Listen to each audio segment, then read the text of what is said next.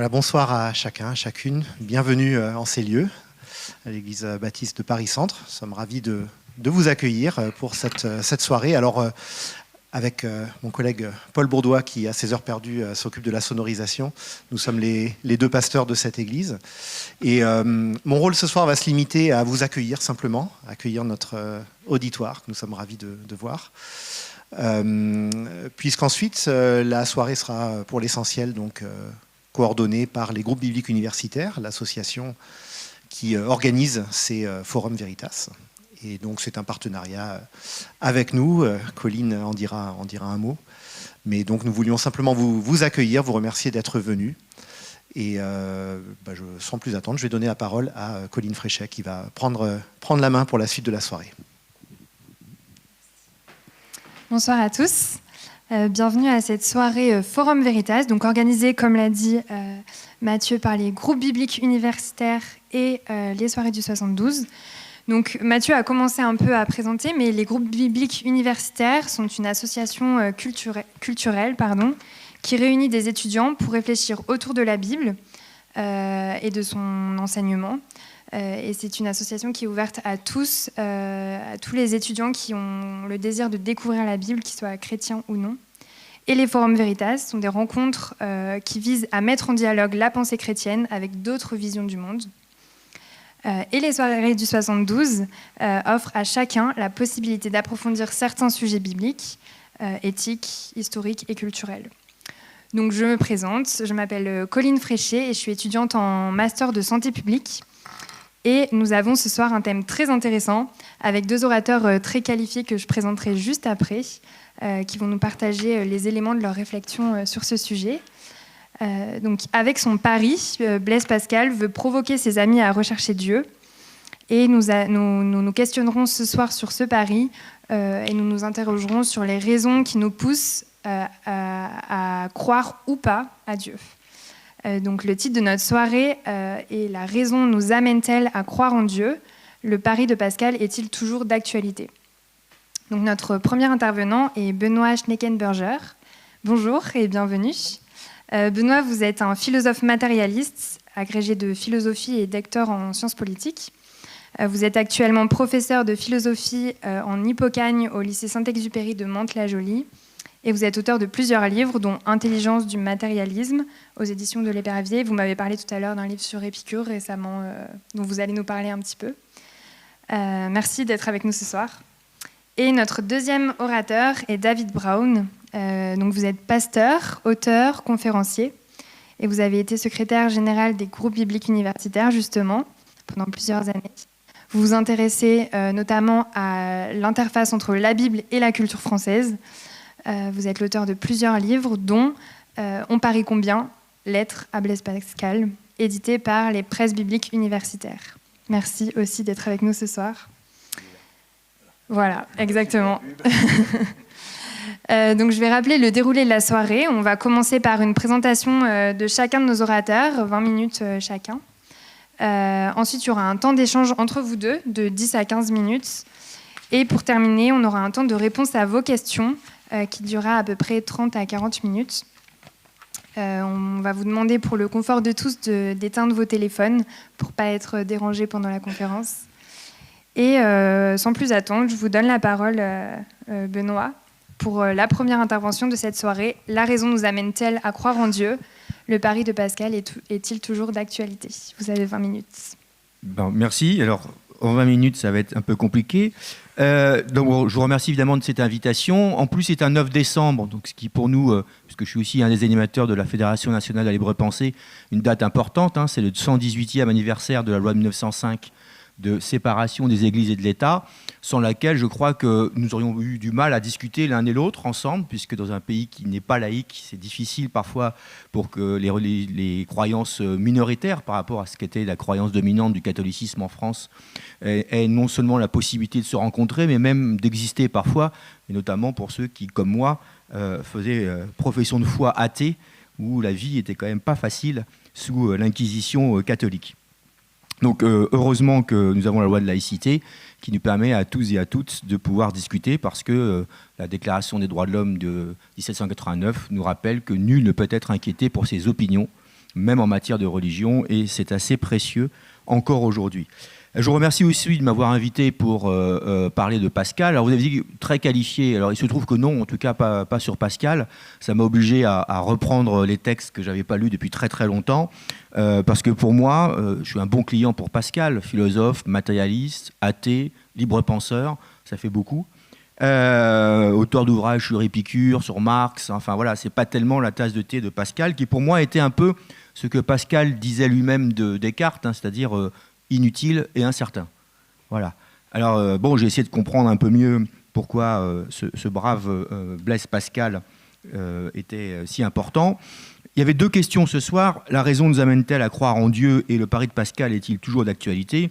J'ai essayé de me concentrer sur la deuxième, parce qu'en 20 minutes, si je devais développer toutes les tentatives de discussion sur la preuve ou non rationnelle de Dieu, sur l'importance ou non de prendre la raison pour découvrir Dieu, bon, il me semble que c'était beaucoup, d'autant que je crois que la réfutation déjà par Kant de toutes les preuves rationnelles de Dieu a été faite depuis très longtemps, que c'est plus une question, il faut bien s'appeler Bolloré, alors pas le dirigeant de C8, mais son frère, qui a publié il y a 1 an et demi un ouvrage qui s'appelle Dieu, la science, les preuves, qui reprend la vieille idée un peu idiote de dire que le Big Bang c'est Dieu, et qui, à longueur de page, fait un plaidoyer pour essayer de comprendre que s'il y a le Big Bang, il y a forcément un Dieu, alors qu'évidemment, il n'a rien compris au Big Bang, et qu'on n'a pas besoin du Big Bang si on veut croire en Dieu, et si on pense que le Big Bang est un fait, on n'a pas besoin de Dieu non plus. Bon. Alors, le pari de Pascal est-il toujours d'actualité ? Non. Mais l'a-t-il été un jour ? Non plus. C'est ce que je vais essayer de démontrer ce soir, en tout cas à la lecture des textes.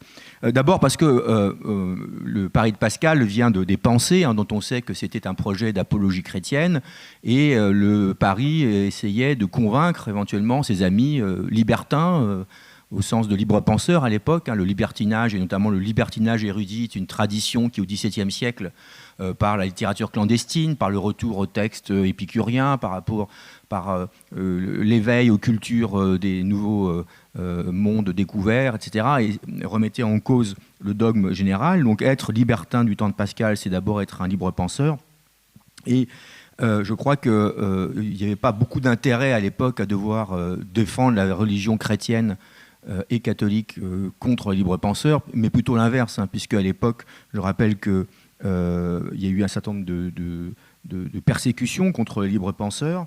Nous avons célébré avec la libre pensée le chevalier de la Barre cet été, en remettant la statue du chevalier de la Barre face à la basilique, qui avait été, lui, martyrisé pour avoir refusé, crime abominable, de se découvrir sur le passage d'une procession. C'est quand même quelque chose d'horrible.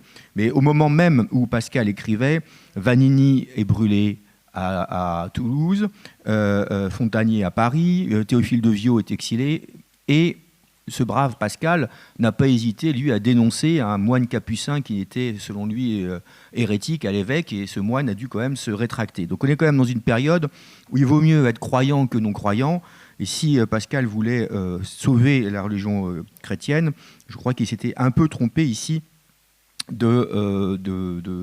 Alors, je vais me concentrer essentiellement sur le pari. Donc le pari de Pascal, c'est un tout petit passage de ce grand livre qu'on appelle Les Pensées.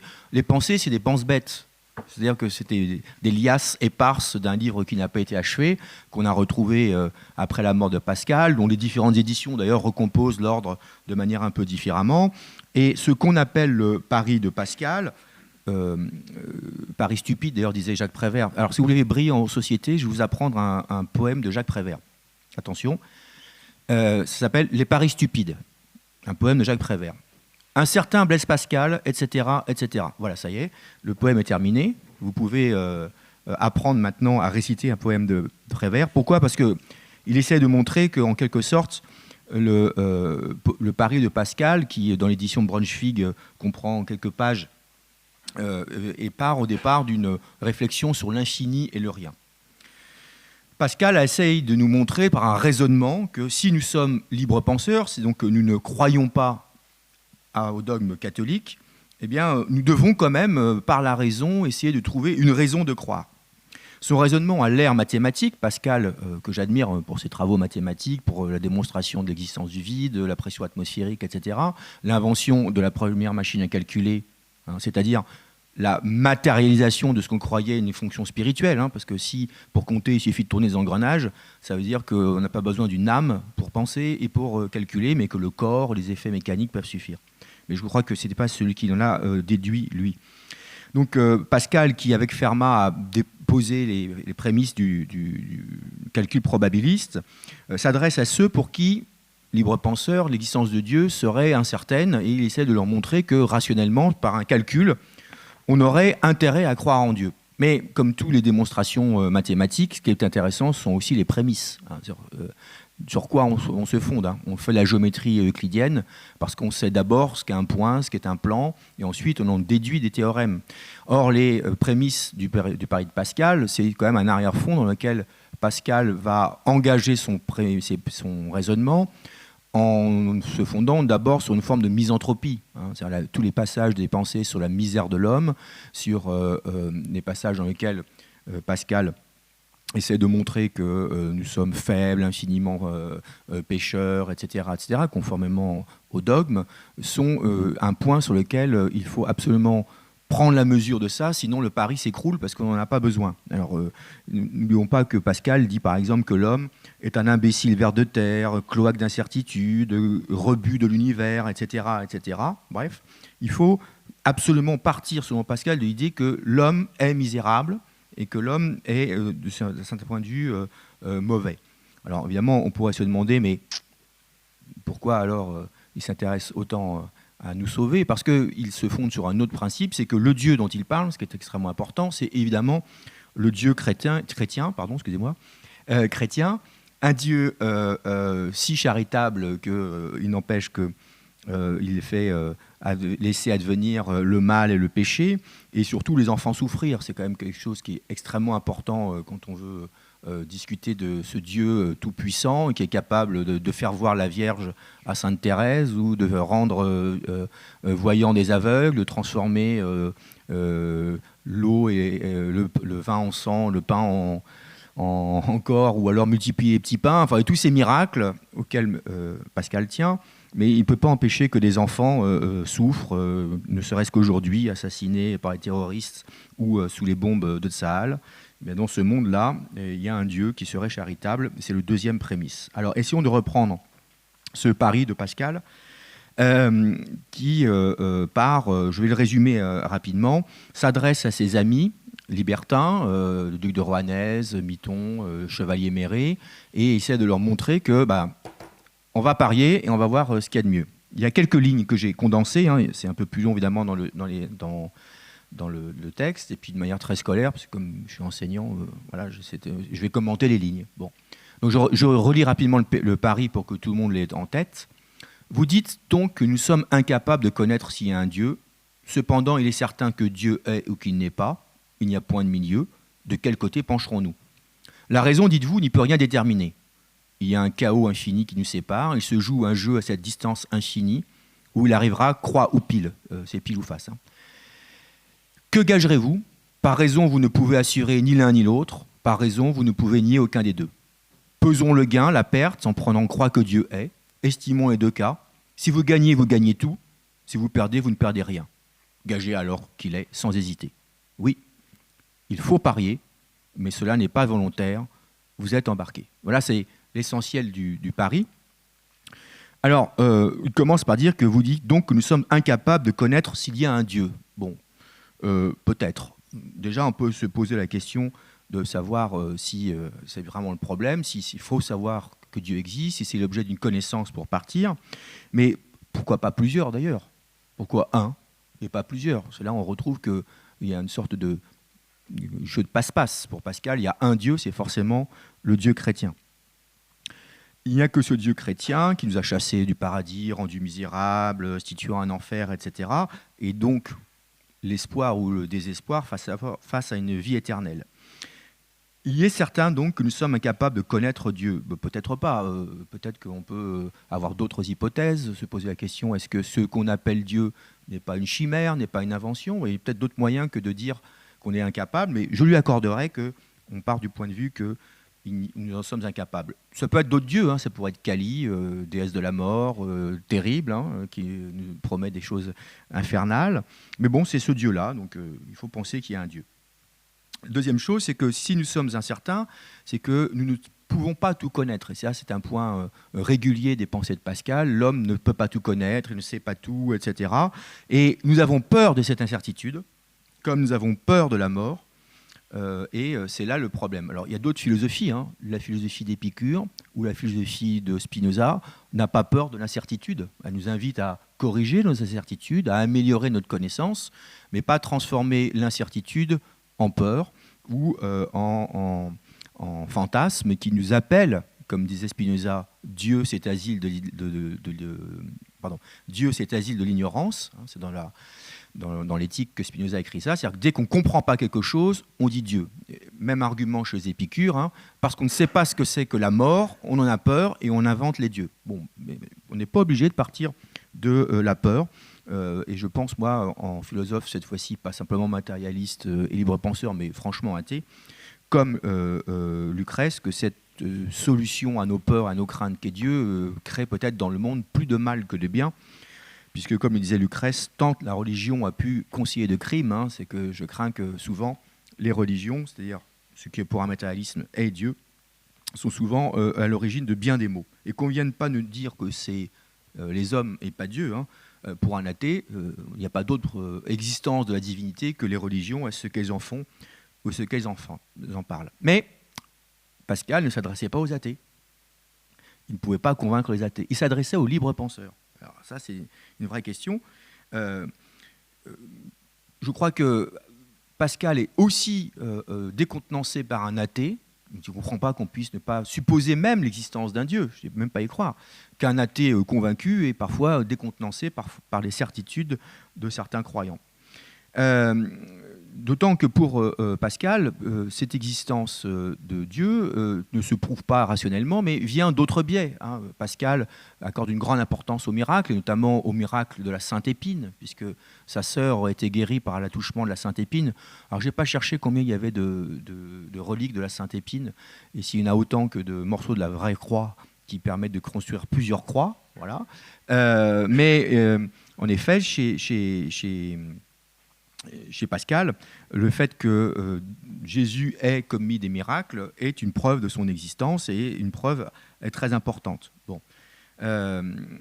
Parce que Pascal ne parle pas du Dieu des philosophes, c'est-à-dire une conception déiste ou théiste de Dieu, hein, dans son mémorial, c'est-à-dire ce petit document qu'on a retrouvé cousu dans son manteau après sa mort, où il y a eu une illumination, hein, en 1654.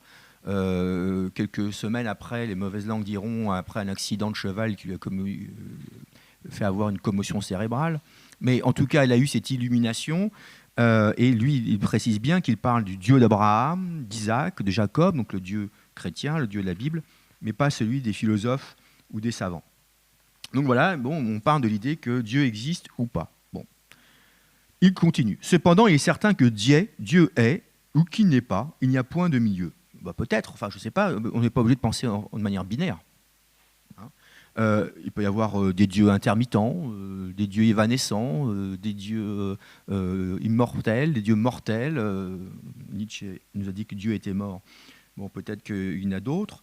On peut ne pas penser, nous l'a bien montré Hegel, simplement en plus ou moins, pair ou impair. Hein. Peut-être qu'il y a d'autres alternatives à la proposition Dieu est ou n'est pas. Mais bon, allons-y. Admettons encore cette autre prémisse nécessaire sans laquelle le pari s'écroule, que Dieu existe ou pas.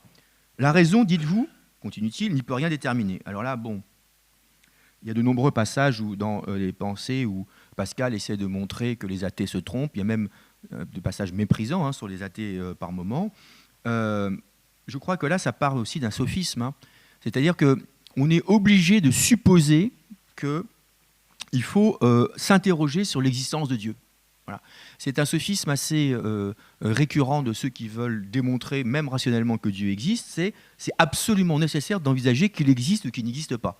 Ben non, peut-être pas, peut-être qu'on peut parfaitement ne pas adhérer à l'hypothèse qu'il faut y faire l'hypothèse d'un être aussi incroyable, évanescent, ou immortel, ou éternel, ou omniscient, peut-être, mais la raison, effectivement, ne peut rien déterminer à un être d'une telle nature, mais on peut supposer qu'un être d'une telle nature est un fruit de l'imagination et pas une hypothèse rationnelle. Pourquoi vouloir supposer ça? Bien. Puis vient l'élément un peu plus central. Il y a un chaos infini qui nous sépare. Il se joue un jeu à cette distance infinie où il arrivera croix ou pile. L'une des thèses fondamentales de Pascal et un de ses apports en mathématiques, c'est qu'il ouvre la réflexion sur l'infini mathématique. Après Pascal, Leibniz, Newton vont introduire le calcul différentiel. On va avoir des représentations mathématiques de l'infini. Mais pour Pascal, en effet, il y a un rapport entre la toute petitesse finie de l'homme et l'infini. On sait que Pascal était effrayé par les espaces infinis, qui peuvent être à la fois l'espace sidéral, mais aussi l'espace géométrique, au passage. Bon. Comme si on était obligé de mettre une comparaison entre ce que nous sommes, oui, certes, des êtres finis, c'est-à-dire avec un corps, et une hypothèse de l'infini mathématique, comme si c'était quelque chose qui était comparable. Or, précisément, ce sont d'autres dimensions de la pensée, et on ne peut pas comparer une existence réelle concrète à des calculs mathématiques sur l'infini qui nous disent des choses mathématiquement extrêmement importantes, mais pas nécessairement des choses existentielles. Par raison, dit-il, vous ne pouvez assurer ni l'un ni l'autre. Par raison, vous ne pouvez nier aucun des deux. Si, un athée nierait absolument l'un ou l'autre des termes. Donc, je ne vois pas pourquoi la raison de Pascal serait plus autoritaire que celle d'un athée, mais bon, peu importe. Donc il faut parier, et, dit-il, on doit parier. Peut-être. Encore une fois, beaucoup de gens vivent très bien sans se poser la question de l'existence ou de la non-existence de Dieu, et on n'est pas obligé de suivre Pascal sur ce chemin. Bon, mais enfin on arrive au cœur du problème. Pesons le gain et la perte. En prenant croix, c'est-à-dire pile ou face, que Dieu est. Donc, si Dieu est, estimons ces deux cas. Si vous gagnez tout. Si vous perdez, vous ne perdez rien. Gagez donc qu'il est sans hésiter. Alors, c'est évidemment cette définition du rapport du rien au tout qui est intéressante, mais quand même, qu'est-ce qu'on gagne tout? La vie éternelle. Sauf que la vie éternelle n'existe que si Dieu existe, et que donc, précisément, c'est une pétition de principe. C'est que pour envisager que la vie éternelle existe, il faut qu'il y ait un Dieu, et que ça ne peut donc pas être la preuve que le Dieu existe, parce que c'est supposé, parce que c'est censé prouver. C'est un peu comme le sophisme des épinards de la chanson de Nino Ferrer. Mon frère n'aime pas les épinards, ça tombe bien, parce que s'il en mangeait, il ne les aimerait pas. Voilà. C'est l'argument de Rousseau. On ne peut pas prouver Dieu par les miracles, parce que l'hypothèse d'un miracle suppose qu'il y ait déjà une divinité, et que l'un et l'autre sont enchaînés l'un par l'autre. Bon. Deuxièmement, on ne perd pas grand-chose, dit-il. C'est-à-dire une vie mortelle. Une vie mortelle, pour moi, c'est très important. C'est quand même très, très, très important, une vie mortelle. Et puis, il y a de nombreuses philosophies qui, depuis très longtemps, ont posé l'absolue importance de la vie mortelle. Dès l'épicurisme, par exemple, dans l'Antiquité, c'est très important de savoir ce qu'on fait de notre vie. Toute la pensée d'Épicure consiste à dire que oui, c'est parce que nous vivons que nous avons une valeur, c'est l'ensemble de nos actions qui nous définissent. Au XXe siècle, la philosophie existentialiste aura le même rapport. Donc une vie humaine, c'est extrêmement important, et je ne vois pas pourquoi ce serait rien par rapport à l'hypothèse d'une vie éternelle et infinie. Et puis après, encore une fois, ça ne marche que si on suppose que nous avons un Dieu charitable, parce que si on est condamné par des dieux à faire avoir une vie éternellement de souffrance, c'est autre chose. Et puis ça suppose aussi que, comme Pascal, on estime que la vie humaine est misérable, pleine de fautes, alors qu'il y a d'autres thèses. Par exemple, les Carpocrates. Carpocrates, c'est une hérésie chrétienne, qui a été évidemment combattue. Mais pour les Carpocrates, le monde tel que nous connaissons a été créé par des anges, des murges. Et en fait, les lois ne sont pas bonnes, donc il faut vivre en bafouant toutes les lois. Et donc l'hérésie chrétienne, mais Carpocrate, proposait qu'on ne fasse que ce que l'on veuille, et leur messe était de grandes orgies. Je vois que je dépasse les 20 minutes. Alors voilà. Bon. Est-ce que je peux prendre... Non, je rebondirai sur une proposition épicurienne. Voilà. Mais, bon, j'ai presque... Vous pouvez conclure en 1 ou 2 minutes si... Voilà, en 1 minute.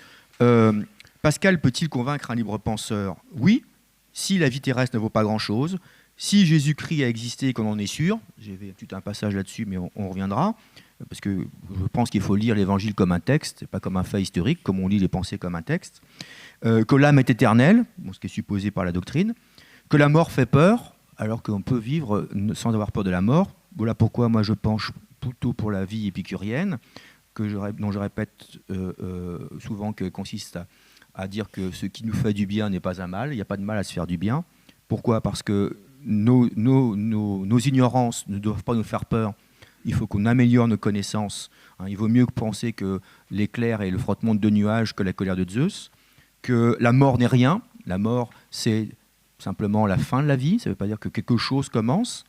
La vie vaut la peine d'être vécue sans transcendance. Que le bonheur est assez facile à se procurer. Et surtout, que ce qui nous rend charitables, c'est l'amitié, puisque c'est la première valeur épicurienne.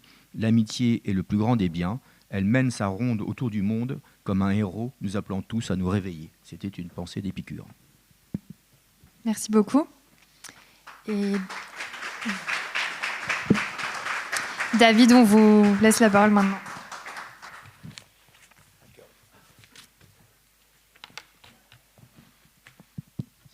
Ça marche. Bon, bonsoir à tous. Je ne suis pas personnellement philosophe professionnel. Je suis pasteur à Paris, donc j'ai un minimum de bagage théologique. Les études que j'avais faites étaient plutôt en littérature. J'ai fait des études supérieures en lettres, donc mon approche de Pascal, je l'ai découvert pendant mes études, j'en étais émerveillé. Et donc l'approche que je vais plutôt prendre ce soir, c'est de regarder le texte des pensées comme un texte littéraire, d'abord pour comprendre ce que Pascal a vraiment dit, parce que je trouve parfois qu'on l'interprète d'après toutes sortes de philosophes avant et après, mais j'aimerais d'abord ce soir voir ce qu'il a vraiment écrit lui-même. Donc le plan de mon intervention sera en 3 parties. D'abord, un petit rappel de Pascal et de sa vie. Deuxièmement, une vue globale de ce livre, Les Pensées. Et bien sûr, à la fin, la question précise du pari de Pascal. Donc, qui est cet auteur ? Il est né en 1623. Il est né donc à Clermont-Ferrand et il est mort à 39 ans. Donc, il est mort assez jeune. C'est un génie sur le plan scientifique d'abord. Il a prouvé l'existence du vide par la science expérimentale. Un grand mathématicien comme Monsieur Benoît, c'est plus facile, l'a dit. Donc, il a ouvert la voie pour le calcul infinitésimal. Ensuite, un génie au niveau de l'invention, donc la pascaline, sa machine à calculer. On n'a pas fait mieux, d'après Jacques Attali, qui a écrit le livre Pascal, le génie français. Donc, on n'a pas fait mieux avant le milieu du 19e siècle. Et pour vous qui êtes venus en métro ce soir, il faut savoir que Pascal a inventé les transports en commun. Donc ça, si vous voulez en savoir plus, je peux vous l'expliquer, mais ce qu'ils appellent les carrosses à 5 sols.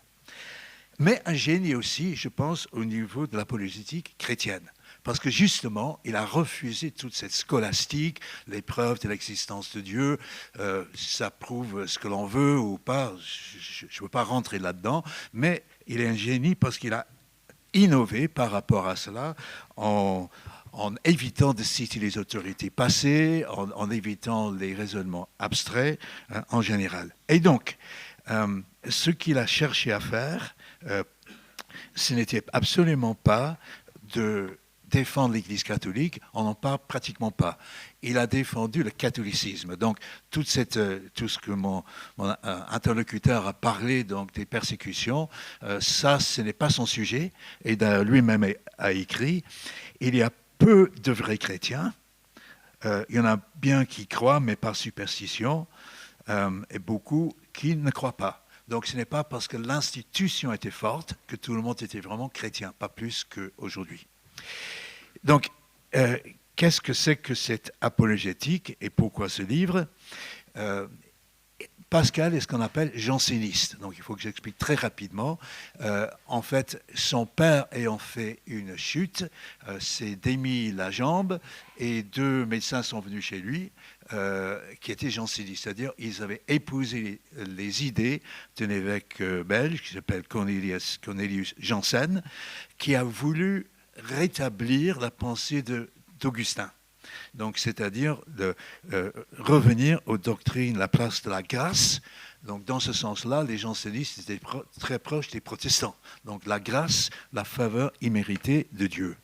Et lui-même, donc Pascal, après avoir écouté une prédication, a connu une véritable conversion le lundi 23 novembre 1654. Pour la petite histoire, la dernière fois que j'ai fait une conférence sur Pascal, c'était le 23 novembre, et ce soir, c'est le 9 décembre. Donc, les dates tombent chaque fois, c'est assez bizarre. Donc, voilà, il a connu cette conversion qu'il a inscrit sur un papier, comme on l'a dit, qui s'appelle le mémorial. Je vais vous lire quelques lignes. L'an de grâce 1654, lundi 23 novembre, depuis environ 10h30 du soir jusqu'à environ minuit et demi, feu.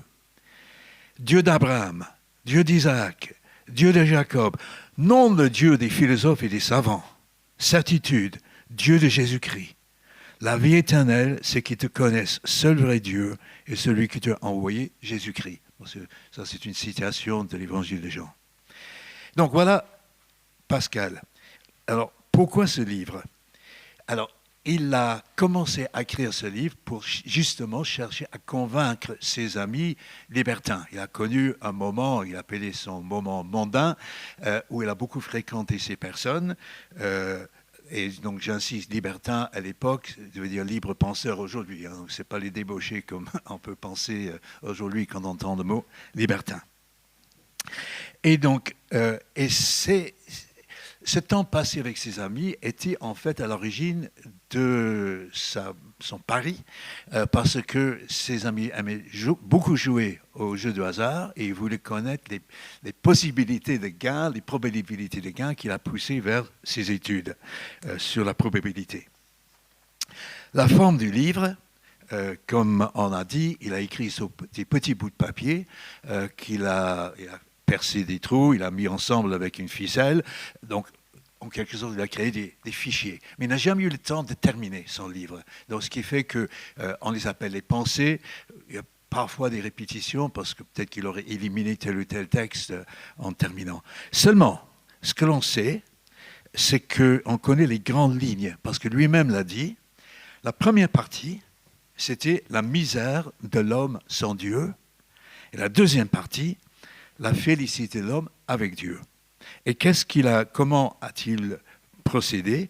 D'abord, la misère de l'homme sans Dieu, le montrer par la nature même, donc par l'observation de la condition humaine.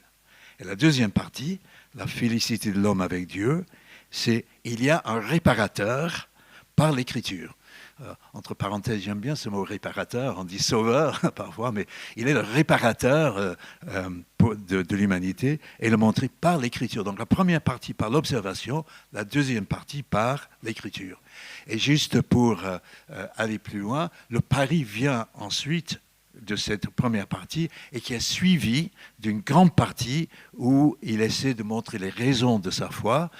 Dans mon édition, d'ailleurs, ça couvre 200 pages sur les 440 pages, une partie du livre qui est rarement citée dans les manuels scolaires, etc. On préfère rester avec la première partie.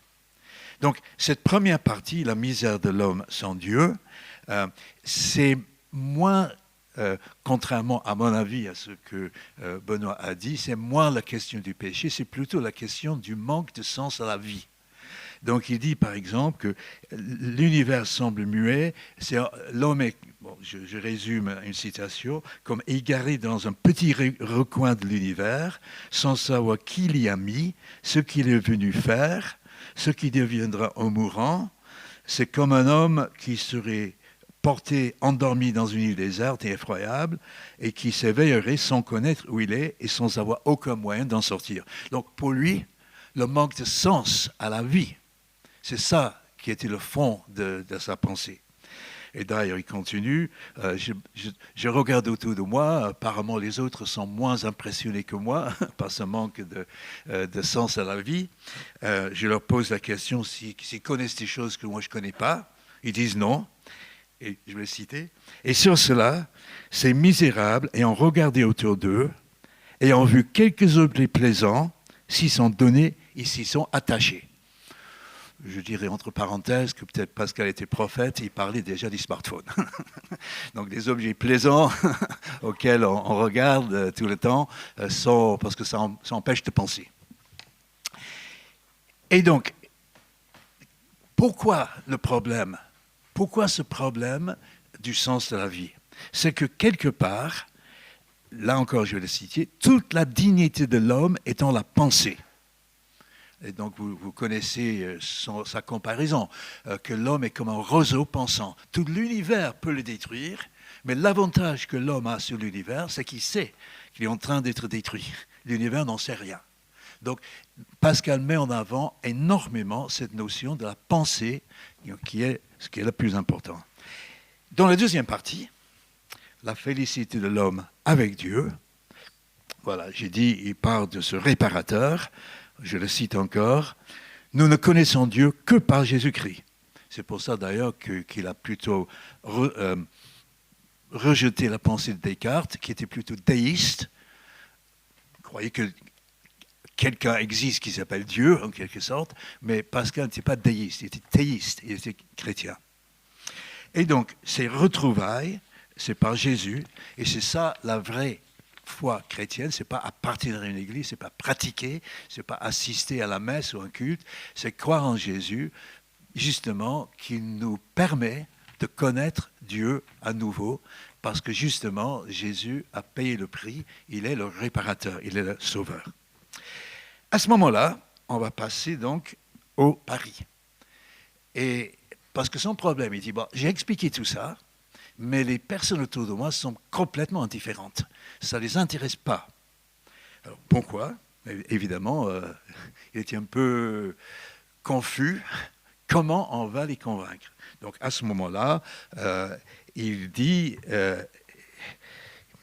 voilà, il va dire, bon, c'est un peu ironique, il dit, ces gens pensent qu'ils ont fait de grands efforts pour s'instruire lorsqu'ils ont passé quelques heures à lire un livre de la Bible ou qu'ils ont interrogé quelques ecclésiastiques sur la foi. Mais c'est ça qui amène à son pari. Mais il ne s'agit pas ici de l'intérêt léger de quelques personnes étrangères, donc pas de quelqu'un d'autre. Il s'agit de nous-mêmes et de notre tout. Donc il faut chercher quel est le sens de la vie. Est-ce qu'il y a quelque chose après la vie ? Alors, j'avais préparé une partie pour résumer la pensée, mais puisque mon collègue l'a dit, je ne vais pas revenir sur cette présentation du pari, qui était un peu en 4 temps. La pure raison abstraite ne nous permet pas de trancher par rapport à Dieu, mais on ne peut pas faire neutre, parce que dans un sens, si on choisit de ne pas croire, c'est déjà un choix. Mais en fait, ce choix-là est un choix extrêmement important. Parce que si Dieu existe, vraiment, le Dieu chrétien existe, c'est quelque chose de terrible d'avoir passé à côté de la vérité. Donc, il dit, vous êtes embarqués. Chacun doit faire un choix et assumer ce choix. Alors, moi, quand je regarde ça, j'ai lu et relu le pari, je ne le vois pas comme un développement philosophique, même pas mathématique. Je pense que tout ce que Pascal voulait faire, c'est de provoquer quelque chose, de provoquer ses amis pour qu'ils se disent « Mais mince, c'est vrai, je n'ai pas vraiment fait l'effort de regarder tout cela. » Et c'est encore vrai aujourd'hui. Quand je discute avec les gens autour de moi, je suis étonné. Bon, le plus logique, en quelque sorte, ce serait au moins de se renseigner, d'essayer d'approfondir les choses, de savoir si oui ou non il y a effectivement un Dieu.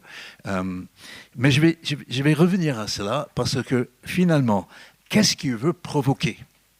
Qu'est-ce qu'il veut provoquer chez les amis libertins ? Et il y a 2 choses à la fin du pari dont on parle relativement peu, mais je trouve très intéressant avec cette lecture littéraire. La première chose, c'est que il faut savoir que ce pari est en forme de dialogue entre Pascal lui-même et un libertin.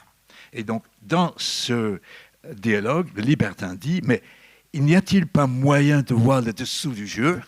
Donc, si on pense donc au jeu de cartes, c'est un peu comme j'ai dit, est-ce qu'on peut quand même voir le dessous des cartes ? Et Pascal dit, oui, l'écriture, la Bible. Autrement dit, on peut voir en quelque sorte un peu le dessous des cartes si déjà on commence à lire la Bible. Logiquement, si je n'étais pas croyant, je me suis converti d'ailleurs quand j'étais en fac, logiquement, je devrais dire, je cherche le sens de la vie. Je vais lire ce que les libres penseurs écrivent. Je vais lire la Bible. Je vais lire le Coran. Je vais lire les Védas hindous. D'ailleurs, Pascal a écrit lui-même, je cite, « Qu'on examine sur cela toutes les religions du monde et qu'on voit s'il y a une autre qui satisfasse. » Je me souviens, j'ai lu une fois un petit poème écrit par un chrétien un petit peu ironique, si on veut, où quelqu'un dit « Toutes les religions sont pareilles, surtout la religion que je connais. » Parce qu'en fait, on ne connaît pas les autres, en fait, pour comparer. Et on devrait au moins chercher. Et Pascal dit, alors, lisez au moins la Bible. Je suis étonné parfois par l'ignorance. Je me permets de citer Michel Onfray. Dans le traité d'athéologie, il affirme que dans la Bible, Jésus n'a jamais mangé, ni bu, ni dormi. Alors comment peut-on lire la Bible et affirmer une chose aussi ridicule que cela ? Et vous pouvez le trouver dans le traité d'athéologie. Donc, ce qui est étrange, comme je dis, c'est que la moitié des pensées de Pascal sont en fait des réflexions sur le contenu de la Bible. Donc, la première chose qu'il veut provoquer, c'est la lecture de la Bible. La deuxième chose, il met dans la bouche donc de son interlocuteur libertin, « Oui, mais j'ai mal lié, la bouche muette, on me force à parier.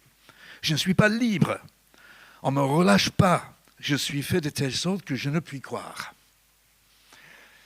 Bon, on est bien chez nous, liberté, égalité, fraternité. La première chose, liberté. Je ne suis pas libre. Que répond Pascal à la fin de son pari ? Il dit à la personne qui dit « je ne suis pas libre », travaillez donc, non pas à vous convaincre par l'augmentation des preuves de Dieu, mais par la diminution de vos passions. On pourrait presque dire de vos a priori. Bon, vous connaissez, je pense que tout Français qui se respecte connaît la phrase de Pascal, « Le cœur a ses raisons que la raison ne connaît pas. » Et c'est vrai, il faut diminuer cela, parce qu'en fait, c'est là, on vient avec des a priori. Et nous sommes tous au courant aujourd'hui à quel point nous avons ces a priori. Nous avons toute notre vie, tout ce qu'on a vécu, qui peut former notre pensée, même nous conditionner ou à nous déterminer. Donc, Pavlov et ses chiens vont dans ce sens-là. On est conditionné par ce que l'on vit. D'ailleurs, une fois que j'étais en Roumanie, quelqu'un m'a donné la suite. Bon, c'était une blague. Il m'a dit, vous savez que Pavlov, il a continué à nourrir ses chiens, même quand ils étaient morts. C'est une façon donc de se moquer. Mais on est tellement conditionné par tout ce qu'on a vécu. Et Pascal était donc... le met ça en avant. Il dit, il ne faut pas se méconnaître. Nous sommes automates autant qu'esprits. Donc on travaille un peu on fonctionne comme une machine. On a des a priori. Ou, autre phrase de Pascal, les raisons me viennent après, mais d'abord la chose m'agrée ou me choque sans en savoir la raison. Donc je décide d'abord, et après je cherche à justifier. Les chrétiens peuvent le faire, les libres penseurs peuvent le faire. On cherche à justifier la décision qu'on a prise, et cette décision n'est pas forcément le résultat de toute sa réflexion. Donc, que propose Pascal? Pratiquement 2 choses, toujours dans ce texte du pari. D'abord, de fréquenter les chrétiens, de les observer, de discuter avec eux, d'assister à leurs rencontres. Et deuxième chose, de prier. Incline mon cœur au Dieu. Et je connais pas mal de personnes qui ont prié pour dire « Dieu, je ne sais même pas si je parle à quelqu'un, je ne sais même pas si tu existes, mais Dieu, si tu existes, montre-moi. » Donc, pour revenir au thème de ce soir, la raison nous amène-t-elle à croire? Je pense qu'il y a de bonnes raisons de croire. Je pense qu'il y a des raisons. Bon, on a décidé de ne pas aller tellement dans ce sens ce soir. On peut dire, bon, qu'est-ce qui colle le mieux à la réalité? Mais la pensée a ses limites. Et ces 2 conclusions du pari de Pascal nous rappellent ses limites. D'abord, l'ignorance. Donc c'est pour ça qu'il invite à lire la Bible. J'ai toujours aimé la citation de Louis le Prince Ringuet, donc grand physicien français, qui dit « Un savant est quelqu'un dont l'ignorance a quelques lacunes. » L'ignorance a quelques lacunes. C'est pour cela qu'on a besoin de la révélation de Dieu. C'est la conviction des chrétiens. Dieu nous révèle des choses qu'on ne pourrait pas connaître autrement. D'ailleurs, Dante, donc le grand poète Dante, a dit « La raison a de petites ailes. On ne monte pas assez haut pour avoir de grands angles pour prendre tout en considération. » Donc, la notion de la révélation dans la Bible. Et la deuxième chose, c'est nos a priori, nos convictions que l'on cherche à justifier après coup. Et après avoir parlé d'un certain nombre de libres penseurs, j'ai déjà débattu avec des personnes comme Christian Eschen, par exemple, je trouve qu'une partie de la conviction de la libre pensée vient de l'anticléricalisme. Mais essayons de mettre ça de côté pour voir le fond de la foi chrétienne en évitant l'anticléricalisme. Donc, est-ce que le pari de Pascal est toujours d'actualité? Je dis oui, non pas parce que son argument est très convaincant, mais pour le fond de son argument qui a dit il veut provoquer au moins que l'on cherche.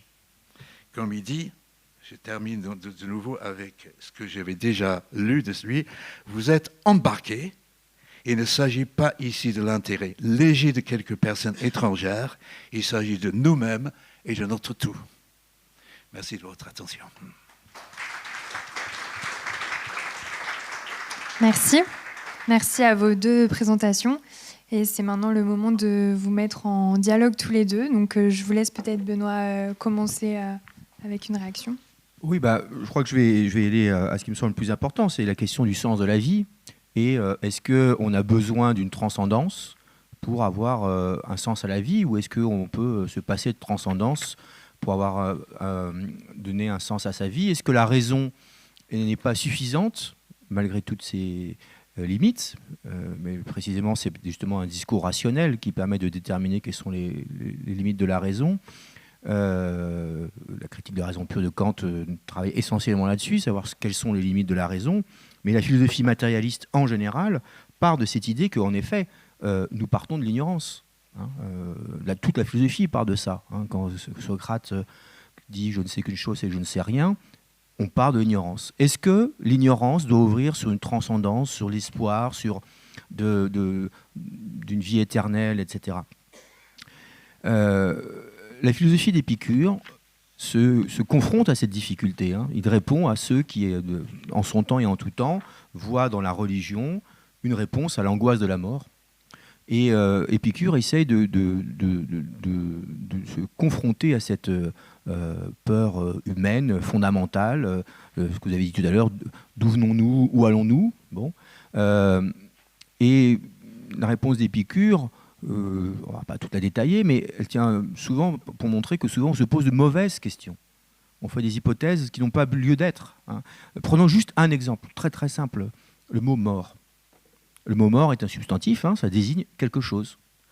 Donc notre esprit s'habitue à croire qu'il y a quelque chose.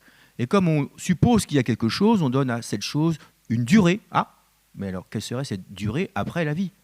Voilà. Et donc simplement parce qu'on utilise le mot mort, on se dit il y a quelque chose après la vie. Épicure, parfois, n'utilise pas le mot de mort, il dit la non-vie, la fin de vie, l'absence de vie. Et on peut parfaitement se dire, ça s'arrête. Et le sens, il existe. Le sens, c'est celui que nous donnons quand nous vivons, que nous donnons entre nous, et il n'y a pas besoin nécessairement de faire l'hypothèse d'un sens de la vie qui serait nécessairement lié à une transcendance qui nous dépasse. Et la philosophie matérialiste, elle part de là, de dire qu'on peut parfaitement vivre en tant que corps, pas forcément avec une âme. Un corps, ça a des affects, ça a des sensations, ça développe des connaissances, ça a des relations affectives avec les autres. Et tout ça, ça permet de créer du social, du commun, voire même de la morale. Puisque si la morale consiste à ne pas nuire à autrui, il suffit de voir de ce qui fait mal à autrui. Et là, les relations corporelles, l'affect, les sentiments nous le disent déjà beaucoup. Oui, merci. Donc, je vais réagir. Première chose, donc, je suis tout à fait d'accord qu'avec notre raison, on peut bien se dire, donc, on n'a aucun moyen de savoir s'il y a autre chose au-delà de la mort. Et c'est pour ça que j'ai insisté tout à l'heure pour dire que les limites de notre raison nous ouvrent la possibilité que s'il y a un Dieu transcendant, il nous le dit. Et c'est pour ça que les chrétiens croient qu'il y a quelque chose après, non pas par des preuves rationnelles, mais par cet autre élément qui est la révélation. Cela dit, je crois que le problème est plus grave que ça, parce que vous avez dit à plusieurs reprises que vous avez parlé de morale, vous avez parlé donc en quelque sens du sens de la vie, mais le vrai problème, c'est que sans Dieu qui nous explique d'où nous venons et ce que nous sommes et où nous allons, il n'y a absolument aucun moyen d'avoir un sens à la vie, et même il n'y a aucun moyen d'avoir une moralité quelconque. Alors, je vais lire quelques citations que j'ai amenées, parce que je m'attendais un peu à cette question. D'abord, Jacques Monod, donc célèbre biochimiste, dans le livre qui avait fait beaucoup de bruit à l'époque, Le hasard et la nécessité. L'homme sait enfin qu'il est seul dans l'immensité indifférente de l'univers, d'où il a émergé par hasard. Ni son destin, ni son devoir ne sont écrits nulle part. Donc voilà, on est complètement sans destin, sans devoir. Jean-Paul Sartre. L'existentialisme pense qu'il est très gênant que Dieu n'existe pas. Ça, c'est dans son livre « L'existentialisme est un humanisme ». Donc je reprends. L'existentialisme pense qu'il est très gênant que Dieu n'existe pas, car avec lui disparaît toute possibilité de trouver des valeurs. Il ne peut plus y avoir de bien a priori, parce qu'il n'y a pas de conscience infinie et parfaite pour le penser. En effet, tout est permis si Dieu n'existe pas, et par conséquent, l'homme est délaissé, parce qu'il ne trouve ni en lui, ni hors de lui, une possibilité de s'accrocher. Troisième citation. André Comte-Sponville. Bref, Pascal, Kant et Kierkegaard ont raison. Un athée lucide ne peut pas échapper au désespoir. Et pour aller jusqu'au bout de cette réflexion, je crois qu'il faut absolument citer Nietzsche. Parce que Nietzsche était le premier philosophe qui a dit en quelque sorte « Dieu est mort, tirons toutes les conséquences du fait que Dieu est mort ». Donc, 2 ou 3 citations. Prenons un peu au sérieux, en renonçant à la foi chrétienne, on se dépouille du droit à la morale chrétienne. Alors, il dit donc, on ne peut pas faire ce que beaucoup de gens font, excusez-moi, même les libres penseurs, vous faites du plagiat, parce que vous prenez les idées chrétiennes, au moins au niveau de la morale, et vous enlevez la partie Dieu, mais vous avez fait du plagiat. Parce que si vous ne faites pas cela, vous arrivez à, par exemple, voilà ce que Nietzsche a dit, je cite 2 ou 3 fois, 2 ou 3 choses. D'abord, en parlant du féminisme, un homme profond d'esprit, autant que de désir, de surcroît capable d'une sévérité, une dureté qui se compte facilement avec la bienveillance, un tel homme ne peut penser à la femme qu'à la manière d'un oriental. Il doit voir dans la femme une propriété, un bien qui convient d'enfermer. Ou bien, il parle des malades. Le malade est un parasite de la société. Arrivé à un certain état, il est inconvenant qu'il vive plus longtemps. Et donc, il termine, bon, ça c'est dans le crépuscule des idoles, maintenant dans l'Antéchrist, il dit qu'est-ce que le bonheur? Le sentiment que la puissance augmente, qu'une résistance est en voie d'être surmontée, périssent les faibles et les ratés. Il faut même les y aider. Qu'est-ce qui est plus nuisible qu'aucun autre vice? C'est la compassion active pour tous les ratés et les faibles, c'est-à-dire le christianisme. Donc, moi, je ne vois pas comment un athée peut trouver une moralité solide. Est-ce que vous voulez rebondir sur un point de présentation de Benoît, ou est-ce que vous voulez répondre à... Si vous voulez répondre. Je veux quand même essayer de défendre les athées. C'est pas la première fois qu'on en prend plein la tête. Au XVIIe siècle, le débat central, c'était de savoir s'il pouvait y avoir des athées vertueux. Si précisément, c'était l'argument massif de la croyance chrétienne contre l'athéisme, c'est-à-dire qu'un athée est forcément quelqu'un qui ne vit pas bien. Et d'ailleurs, il n'y a pas que le christianisme qui a répandu ça, parce que cette crapule de Voltaire pensait la même chose. Il n'avait aucune confiance dans l'athéisme.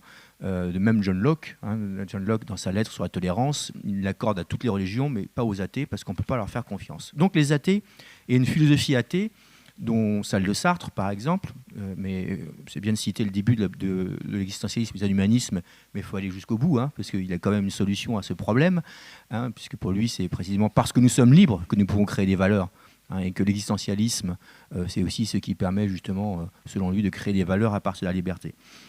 Je ne défendrai pas Nietzsche, je ne suis pas nietzschéen, voilà. Et puis pour moi, l'athéisme de Nietzsche n'est quand même pas très représentatif.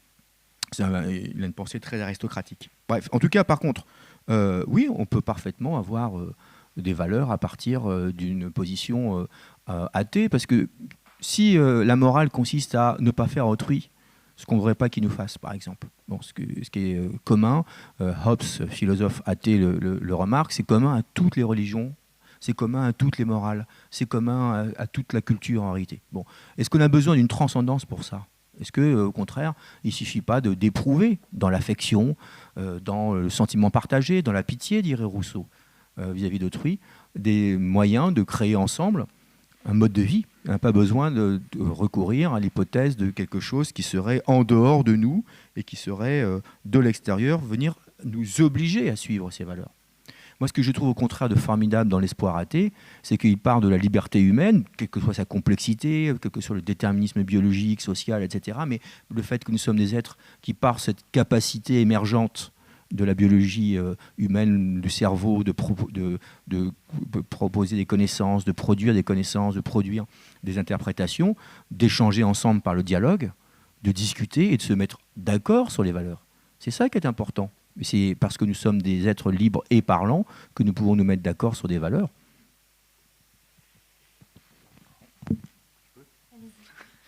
Oui. Bon, certes, je n'ai pas cité la fin de Sartre, mais son développement ne me convainc pas. Parce qu'en fait, s'il s'agit simplement d'être libre, et si deux personnes décident librement de faire des choses différentes, comment on va décider? Moi, je continue à dire qu'en fait, en général, quand on parle de se mettre ensemble, de discuter, etc., de trouver des valeurs, c'est que quelque part, il y a une raison pour cela. Parce que, bon, je ne sais pas si vous avez vu, c'était je l'ai vu sur Internet aujourd'hui, ils ont fait une découverte d'un tyrannosaure. Ils ont découvert que son dernier repas, c'était 2 bébés dinosaures. Bon, voilà, la science n'a pas de limite, apparemment.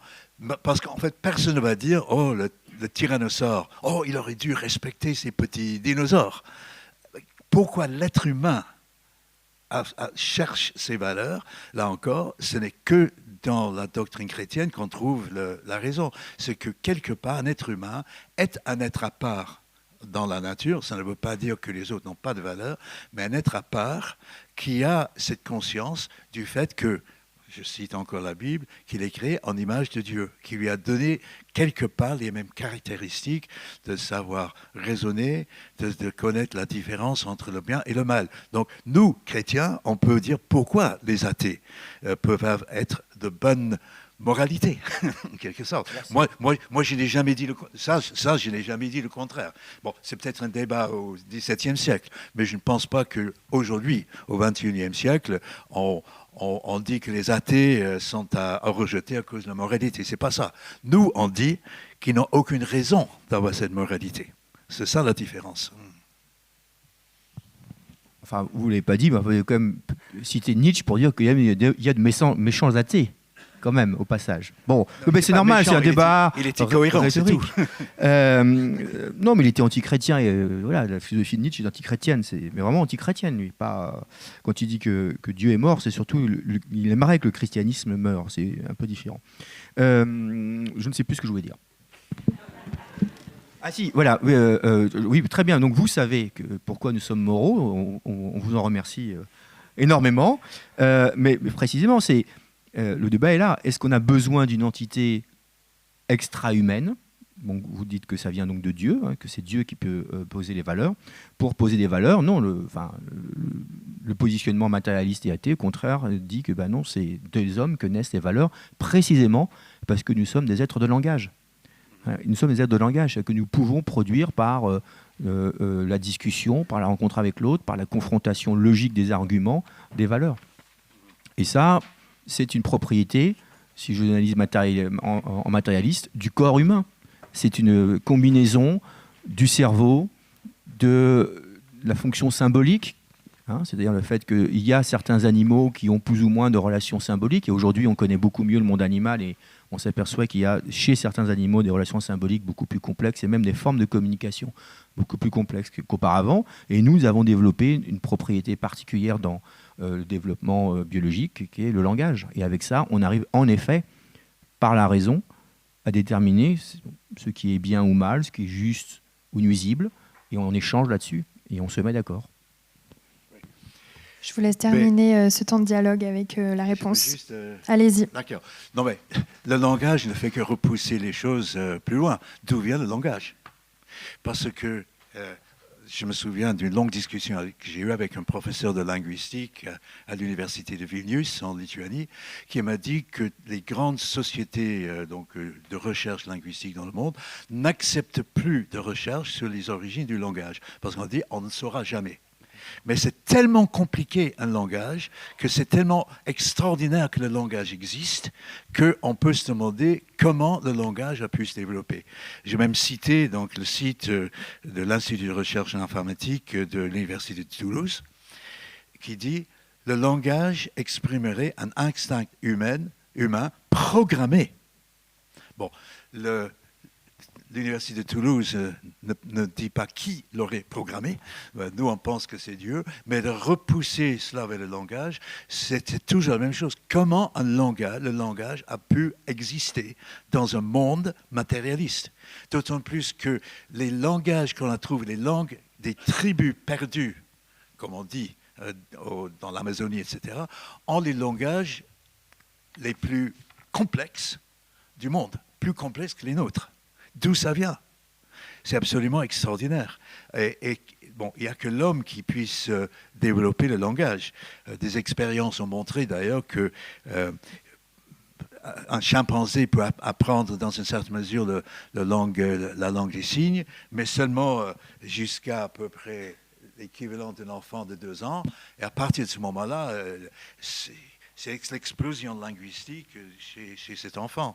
Et en plus, chacun l'apprend. Même des personnes handicapées mentales parlent correctement. Qui a mieux des fois que Google Translate, je peux le dire, qui fait encore des grands problèmes. Pour ceux qui connaissent l'anglais, j'ai vu une fois, ils ont parlé de louer Dieu, ils ont dit « rent God ». Enfin, c'est la location, mais ça n'a rien à voir. Mais le langage, dire que l'on a le langage, mais comment et pourquoi on a le langage ? Et le chrétien va dire, le langage seul permet par exemple, de faire des promesses. Et donc, un animal peut faire du bruit pour dire, voilà, la nourriture n'est pas là, le danger est par là. Donc, pour moi, le langage ne fait que repousser cet argument. Pourquoi le langage? Merci. On va maintenant vous donner la parole pour un temps de questions. On va essayer de répondre, enfin vous allez essayer de répondre au maximum d'entre elles. On va vous demander, donc il va y avoir un micro qui circulera. On va vous demander de poser une seule question et en indiquant si possible à quel orateur vous vous adressez. Merci d'essayer. Merci d'essayer à ce qu'elle soit courte et que ce ne soit pas un développement ou un argumentaire, mais une vraie question. Merci. Bonjour. Vous insistez sur l'importance de la révélation. Mais alors, pourquoi est-ce que Dieu ne s'est pas révélé à tout un tas de peuples de par le monde? Il n'y a que quelques peuples dans des endroits géographiques bien précis qui en ont bénéficié, en Israël, et puis après ça s'est développé un petit peu en Europe. Pourquoi est-ce que les Papous, les Tahitiens, les Sud-Américains, eh bien, ils n'ont pas bénéficié de cette révélation? Bon. La première chose, donc l'a priori chrétien, si on veut, c'est qu'il fallait une révélation parce qu'à un certain moment de l'humanité, l'être humain s'est détourné de Dieu. Il a tourné le dos à Dieu. Et on appelle ça en théologie la chute. Donc ça veut dire qu'il y a une séparation entre les êtres humains et Dieu. Et là, ça me permet encore de citer Pascal.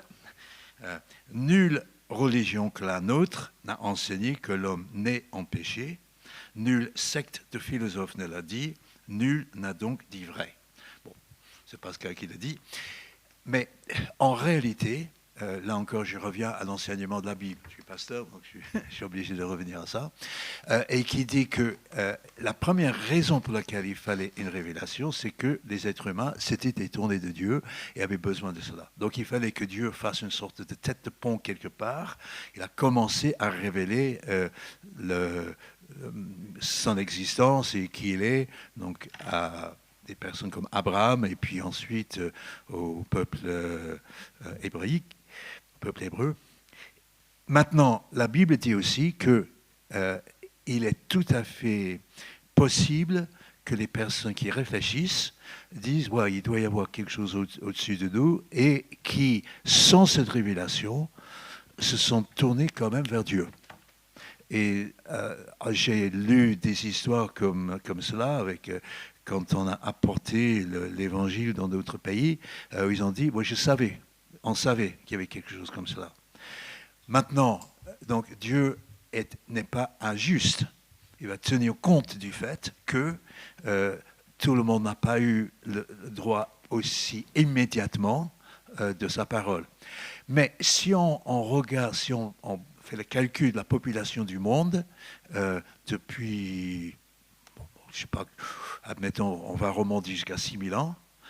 Je pense qu'il y a autant de personnes, d'après ce que j'ai lu, qui sont vivants aujourd'hui, que tous ceux qui sont nés et morts pendant toute cette période précédente. Donc voilà, il y a déjà la moitié qui ont la possibilité d'avoir cette révélation. Pour les autres, ce n'est pas tout à fait vrai que c'était uniquement au Moyen-Orient et en Europe. L'Évangile s'est répandu pas mal en Inde et jusqu'en Chine au cours des 2-3 premiers siècles, déjà. Et aujourd'hui, dans le monde, il y a probablement davantage de chrétiens dans les pays du Sud maintenant qu'en Europe. Il y a énormément en Chine, par exemple, beaucoup. Ça embête un peu les autorités, mais il y a énormément en Chine. Donc, il est toujours possible aujourd'hui, par Internet, d'avoir accès à cela.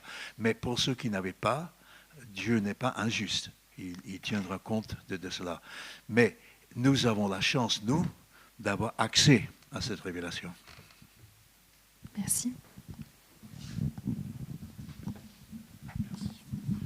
Oui, il y a moi une chose qui m'étonne beaucoup, c'est qu'à vous avoir bien écouté, l'un et l'autre, je n'ai pas entendu, dans ce que vous avez dit, jamais prononcer le mot de nature. Pas plus que le mot d'humanité. L'humanité n'étant pas simplement une addition d'êtres humains. C'est une réalité, une composante de la nature qui doit être prise comme telle dans son histoire, comme... je suis très sensible à ce qu'a dit Benoît. Moi aussi, je suis un lecteur d'Épicure et de Lucrèce. Le livre de Lucrèce, c'est De Natura Rerum, de la nature des choses. Et toute la discussion philosophique depuis les débuts c'est la nature. Est-ce que la nature est une, ou est-ce qu'au contraire, il y a autre chose en dehors de la nature? Et on est moniste ou on est dualiste. Et toute l'histoire de la philosophie part de là. Parménide, il y aurait beaucoup de choses à dire, il a construit tout son système, et ça, on parle du 5e siècle avant Jésus-Christ. Il a construit tout son système sur la notion de un, unité. Et il a dit la nature est une, et en dehors de la nature, il n'y a rien. Et de ce point de vue, je voudrais juste faire une citation, c'est trop long pour épiloguer, mais Robespierre, qui était croyant, hein, il nous a vendu l'être suprême. Hein, bon. Il a eu une phrase magnifique sur la mort dont a parlé Benoît. Il a dit « La mort, c'est l'entrée dans l'éternité de la nature ». Je voudrais avoir votre point de vue là-dessus. On pose la question à... D'accord. Bon, bien sûr, c'est un des grands débats philosophiques, le 1 et le pluriel. Donc, on ne va pas rentrer là-dedans ce soir. Et si on n'a pas prononcé le mot l'humanité, c'est parce qu'on parlait de l'être humain. Bon, c'est la même chose.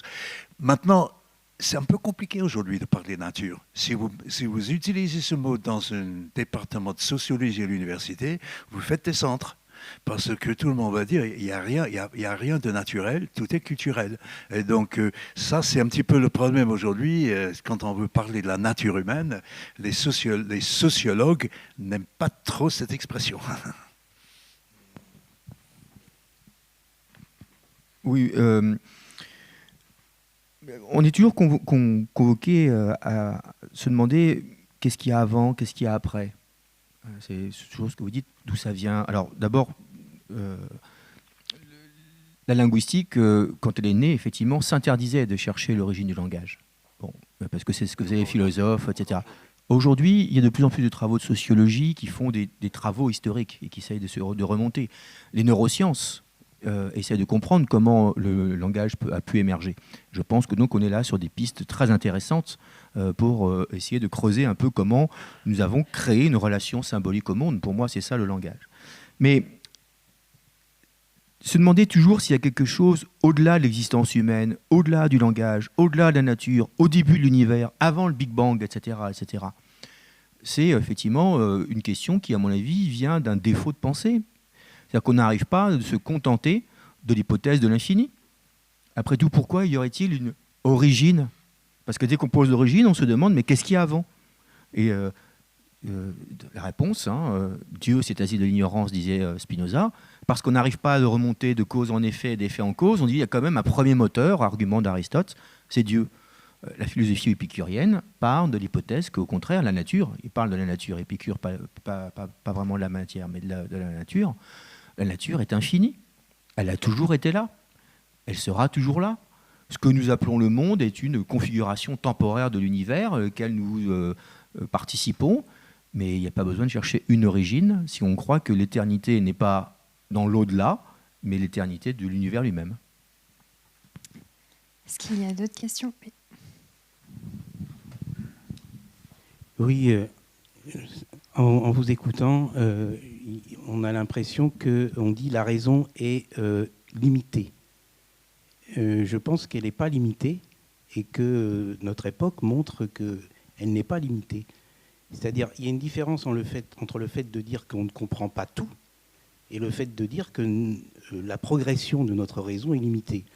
Par exemple, on s'aperçoit qu'il y avait des choses dont on pensait que c'était l'apanage de l'homme et qui aujourd'hui sont faites par des instruments, par exemple, d'intelligence artificielle.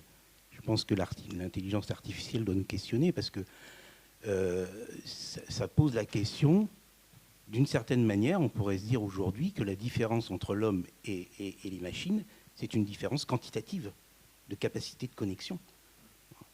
Et donc, là-dessus, je me souviens d'avoir lu quelqu'un qui est quand même assez connu, c'est Darwin, qui parle, lui, de l'évolution des sociétés. Et c'est quelqu'un qui a été assez mal compris. Donc, il a parlé, effectivement, de la loi de la sélection, qui maîtrise, d'après lui, l'évolution des choses.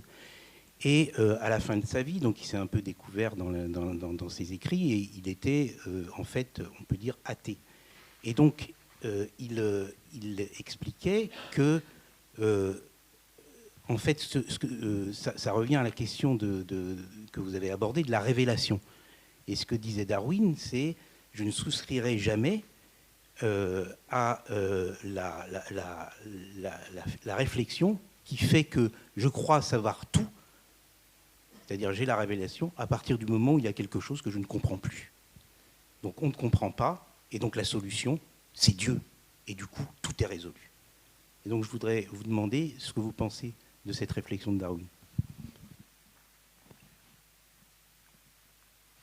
Bon, Darwin a dit beaucoup de choses à différents moments d'ailleurs. Il était un peu perturbé lui-même de ce que ces découvertes auraient comme conséquence. Donc ça, c'est évident. Donc, quelque part, je reviens donc au début de ce que vous avez dit sur l'intelligence et les machines, etc. L'intelligence artificielle, comme on dit aujourd'hui. Je pense que l'intelligence seule est incapable donc de comprendre des choses si on... comment dire ? Non, l'intelligence en tant que telle ne peut pas aller dans le sens de la moralité, parce que l'intelligence en tant que telle ne peut se baser sur le fait que, par exemple, on ne va pas se faire du mal à autrui parce qu'il peut me faire du mal à moi-même. Donc ça, c'est un peu Jean Rousseau, etc. Mais l'intelligence en tant que telle, et même l'intelligence artificielle, moi je doute fort que cette intelligence puisse aboutir à des discussions, enfin à des convictions morales, en quelque sorte. Je reviens toujours à ça. On a besoin quelque part d'une révélation extérieure. Bon, je vais raconter une petite histoire qui m'a toujours plu d'ailleurs. Bon, c'est une histoire, hein, ça ne va pas plus loin que ça. Imaginons un groupe de scientifiques sur une plage la nuit, donc ils voient une lumière clignotante, ils mesurent quelle est la sorte de lumière, à quelle distance, quelle est la force, quel est l'intervalle entre le fait que ça clignote, enfin tout ça. Ils ne savent pas. Puis tout d'un coup, un petit garçon arrive pour dire « Mais pourquoi vous ne faites rien ? Vous ne voyez pas SOS, SOS, SOS ». Donc, le scientifique en tant que tel, sans avoir cette révélation extérieure, ne peut pas comprendre le sens de ce clignotement. Donc, on peut regarder la nature, on peut l'observer, on peut... moi, j'aime bien la science. Mon épouse qui est là est scientifique de formation. Mais ce n'est pas cette observation qui peut nous dire qu'est-ce qui est bien et qu'est-ce qui est mal dans l'absolu. J'aurais réagi sur l'idée de limite de la raison. C'est le problème fondamental que se pose quiconque philosophe. Kant disait, première question, que puis-je savoir ?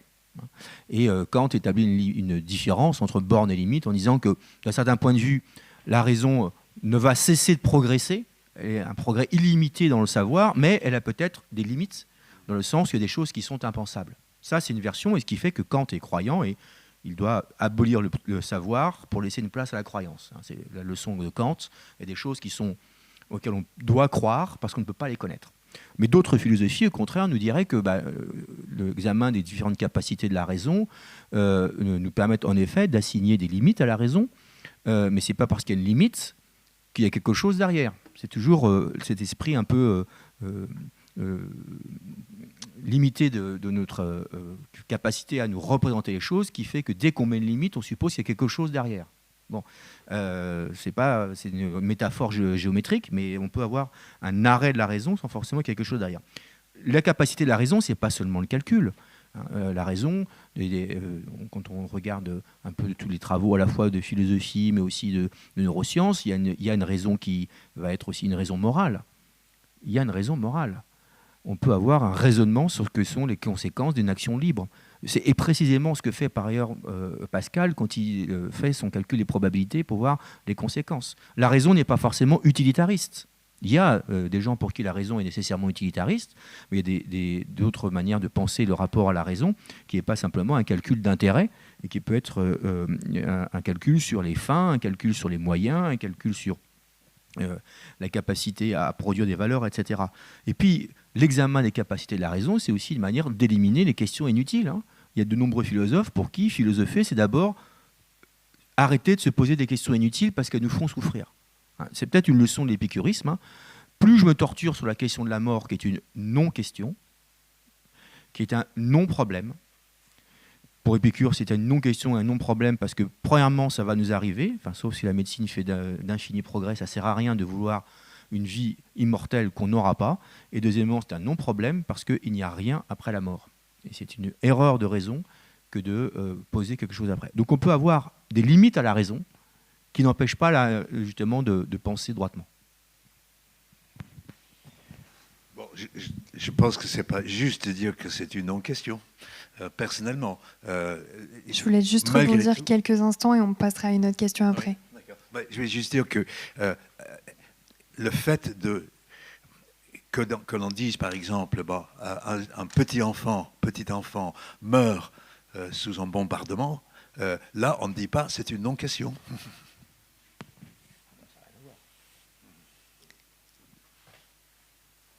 J'ai favorisé un peu la partie là de la salle, mais je ne veux pas délaisser. Je crois qu'il y a une question juste devant toi, Mathieu. Alors, je n'ai pas vu, pardon. Ah non, je pensais.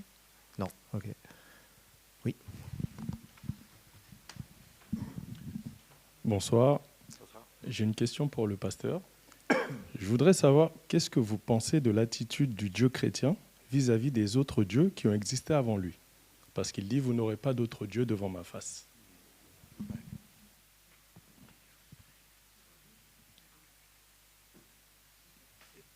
Je reviens encore à ce que dit la Bible pour cela, et dit, pour nous, il n'y a pas d'autres dieux. Il n'y en a pas. On ne peut pas avoir plusieurs dieux. Il y a un seul Dieu, trinitaire. Il n'y a pas d'autres dieux. Alors pourquoi la Bible parle de cette façon-là? Je vais citer l'apôtre Paul, par exemple, qui dit « Et pourtant, pour les gens qui y croient, il y a d'autres dieux. » Donc c'est dans ce sens-là qu'il dit « N'allez pas dans le sens des dieux que les autres adorent, parce qu'en réalité, ils n'ont pas d'existence objective. »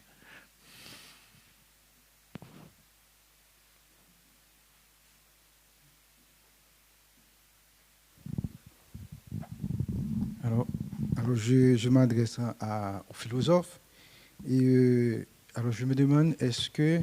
Alors je suis un petit peu intrigué par la question de la raison, la place que vous accordez à la raison dans la compréhension en fait, des grandes questions de la vie. Et il me semble que la raison n'existe pas. Et je pense qu'il existe des raisons. Et en ce sens, parce que ce qui peut être rationnel ou raisonnable dans un contexte ou dans une société ne l'est pas nécessairement dans une autre société ou dans un autre contexte.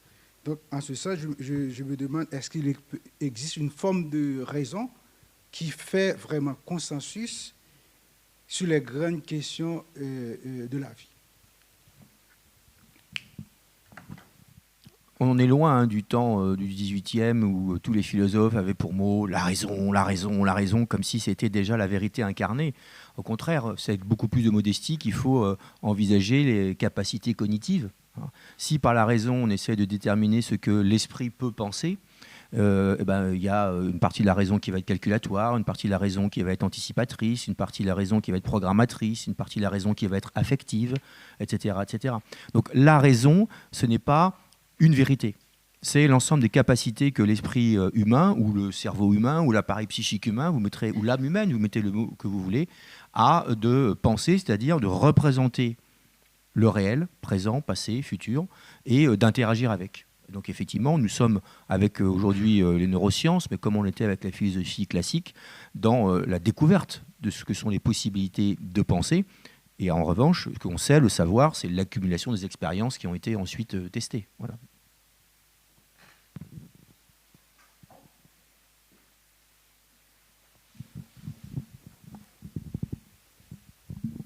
Bonsoir, moi j'avais une question pour le pasteur concernant le lien entre le christianisme et l'épicurisme. J'ai entendu M. Benoît qui disait que le but chez les épicuriens c'est de se faire du bien. Mais moi j'ai pas l'impression qu'en tant que chrétien on se fasse du mal, au contraire. Et je pense que justement l'idée c'est de suivre la voie de Dieu qui nous amène à faire les choses bien, qui nous font du bien. Donc j'ai pas eu connaissance en fait de comment le christianisme se positionnait par rapport à ce mouvement, à ce courant de pensée. Comment le christianisme se prononce sur l'épicurisme? Ah, d'accord. Ah oui, excusez-moi. Alors, cela dépend de l'époque. Il y avait un moment où certains pères d'Église, vers le 3e, 4e siècle, ont cherché toujours à faire une sorte d'amalgame pour voir qu'est-ce qu'il y avait en commun entre les différents philosophes qui avaient précédé. Je pense que ce que l'on dirait aujourd'hui, c'est que l'être humain, créé en image de Dieu, donc je reviens à cette expression, a toujours cherché à comprendre le sens de la vie. Et que sans avoir la révélation de Dieu, ils ont cherché à construire comme ils pouvaient donc un sens à la vie. Donc ce qui fait que je dirais que presque toutes les philosophies qui existent ont du vrai, mais souvent ils n'ont que la moitié de la vérité, en quelque sorte. Donc, donc dans ce sens-là, la foi chrétienne qui donne un vrai sens à la vie permet d'inclure des éléments, mais en constatant en même temps que ces philosophies, il manque toujours quelque chose par rapport à l'ensemble de la vérité. Je voudrais peut-être pas parler pour les chrétiens et ou le christianisme, mais il y a quand même quelques éléments que le christianisme trouve parfois insupportables dans l'épicurisme. Alors c'est pas le sensualisme, c'est pas l'idée que c'est par la sensation qu'on peut aboutir à une morale parce qu'on éprouve le plaisir et la douleur et que par raisonnement on peut savoir ce qui est bien ou mal parce que ce qui est bien c'est ce qui produit du plaisir et ce qui est mal c'est ce qui empêche la douleur et c'est valable pour l'individu comme pour autrui. Pour Épicure il est absolument clair qu'on ne peut pas prendre plaisir à faire du mal à autrui, en tout cas c'est absolument pas compatible avec sa philosophie. Mais il y a un élément qui est quand même très dangereux pour un dogme religieux monothéiste, c'est que dans l'épicurisme, il y a beaucoup de hasard. C'est-à-dire que le monde est le lieu du hasard. Le monde n'est pas lieu d'une prédestination, le monde n'est pas lieu d'une création, le monde n'est pas lieu d'une providence. Il y a du hasard. Et ce qu'essaie de comprendre Épicure, c'est comment le hasard au sein de la matière, qui aurait pu aboutir à un chaos infini, par endroits produit des formes. Alors une forme, ça peut être une planète, ça peut être une galaxie, ça peut être certains êtres vivants. Et donc toute la philosophie épicurienne essaie de montrer comment du hasard naît de la nécessité, du hasard, parce qu'une fois que des processus hasardeux se sont enclenchés, ils ont des effets nécessaires. Et c'est aussi ce qui va guider Darwin. Ce qui a beaucoup choqué dans Darwin, c'est parce qu'il fait introduire le hasard dans la sélection. Ce n'est pas le plus fort. Le plus fort, ça n'a pas de sens pour Darwin. C'est en fonction des circonstances, certains ont un avantage et d'autres non. Et ces circonstances sont hasardeuses. Si vous mangez que de l'eucalyptus et que vous avez une forêt d'eucalyptus, vous avez un avantage sur ceux qui ne mangent pas d'eucalyptus. Et puis on a passé du défoliant, il n'y a plus d'eucalyptus. Et bien vous n'avez plus d'avantage. Et ben voilà, c'est le hasard qui est au cœur de la métaphysique épicurienne, et pas de la morale, mais aussi de la métaphysique, qui devient incompatible avec l'idée d'un Dieu ordonnateur. On va prendre une dernière question avant de conclure. Donc, dans le chapitre 17 du livre des Actes, l'apôtre Paul entre en dialogue avec des épicuriens et des stoïciens. Voilà. Bonsoir, merci pour vos interventions. J'aurais une question à M. Benoît qui est, vous disiez que chez Pascal, la vie éternelle est tellement importante qu'on néglige entre guillemets la vie terrestre. Enfin, c'est-à-dire que la vie terrestre importe peu. Et en fait, j'aimerais vous demander, est-ce qu'on ne pourrait pas le lire autrement en disant que c'est précisément parce que la vie terrestre importe beaucoup que le pari est important? En tout cas, c'est pas ce que dit Pascal. Hein, donc, ce que dit Pascal, c'est que précisément, c'est un rapport d'un rien au tout. Hein, c'est que la vie terrestre est tellement courte que d'un point de vue mathématique, elle a l'air un rien par rapport à l'infini. Donc ça, c'est sa thèse. Et qu'ensuite, c'est ce qui justifie le fait qu'il y a un gain au pari. Parce que si on n'est pas sûr de ça, il n'y a pas de gain nécessaire au pari. Hein, donc voilà, je ne vois pas comment on peut, avec Pascal en tout cas, inverser la proposition. Et alors, non, j'allais dire du mal de l'apôtre Paul, mais je n'en dirai pas. Si, quand même, parce qu'on a dit du mal de Nietzsche, Paul, quand même, hein, qui dit que la femme doit être voilée, doit obéir à son mari, et que l'esclave doit obéir à son maître comme à Dieu. Bon, tout ça, quand même, le côté un peu militaire de Paul est un peu embêtant. D'abord, je ne suis pas sûr qu'il a dit que la femme doit être voilée. Je ne trouve pas ça dans la Bible. Et ensuite, pour l'esclave, il dit dans sa lettre aux Corinthiens, s'il peut obtenir sa liberté, qu'il l'obtienne. Donc, et en plus, il faut se dire que l'esclavage à cette époque-là n'était absolument pas comme l'esclavage que nous avons de nos jours, enfin qu'on avait. C'était, si on n'était pas commerçant ou agriculteur ou militaire, qu'est-ce qu'on faisait? On était en quelque sorte esclave, c'est-à-dire qu'on était nourri, blanchi, on habitait chez la personne. Ce n'était pas l'esclavage dans l'Antiquité en général, au moins dans l'Empire romain, comme on a connu aux Antilles ou dans le sud de l'Amérique. Mais en même temps, pour l'apôtre Paul, je pense que ce que le christianisme a mis en route a abouti à beaucoup de choses. Le fait que les femmes étaient beaucoup plus respectées dans le christianisme qu'ailleurs, par exemple, et que il y a aussi une histoire dans la Bible où un esclave s'enfuit, il rencontre Paul, Paul renvoie vers son maître et dit « Accueillez-le maintenant comme un frère ». C'était ça, on n'avait jamais eu ailleurs que dans le christianisme. Je vous remercie pour vos questions. Je vous remercie aussi pour vos réponses et vos interventions. Et notre soirée touche à sa fin. Avant de nous quitter, je vais vous donner quelques informations. D'abord, vous allez avoir un lien QR code qui va s'afficher. Voilà, parfait, en questionnaire d'évaluation. Merci de prendre quelques minutes pour y répondre et que ça nous serve à améliorer les prochaines soirées.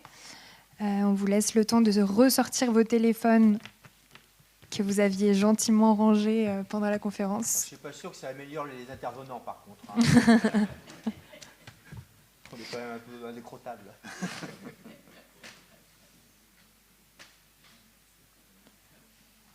On le remettra peut-être à la fin, sinon...